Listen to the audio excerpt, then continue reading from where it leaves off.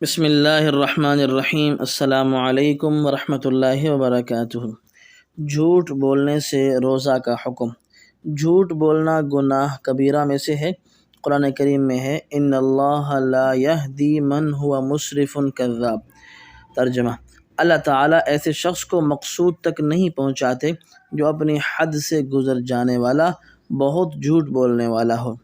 نبی کریم صلی اللہ علیہ وسلم کا ارشاد ہے، منافق کی 3 نشانیاں ہیں۔ اگرچہ وہ روزے رکھے، نماز پڑھے اور یہ گمان کرے کہ وہ مسلمان ہے۔ پہلی نشانی، جب بولے تو جھوٹ بولے۔ دوسری، جب وعدہ کرے تو خلاف ورزی کرے۔ تیسرا، جب اس کے پاس امانت رکھوائی جائے تو اس میں خیانت کرے۔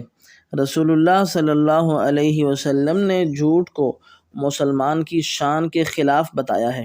ارشاد ہے، مومن ہر خصلت پر ڈھل سکتا ہے سوائے خیانت اور جھوٹ کے۔ روزے کی حالت میں جھوٹ بولنے کا وبال مزید بڑھ جاتا ہے، تاہم اس سے روزہ تو نہیں ٹوٹتا۔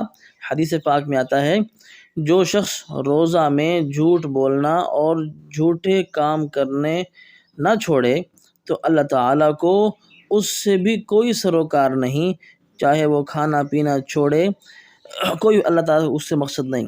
جب تک روزہ کا مقصد پورا نہیں کرتا وہ، تو بھوکا پیاسا مرنے کی کیا ضرورت ہے۔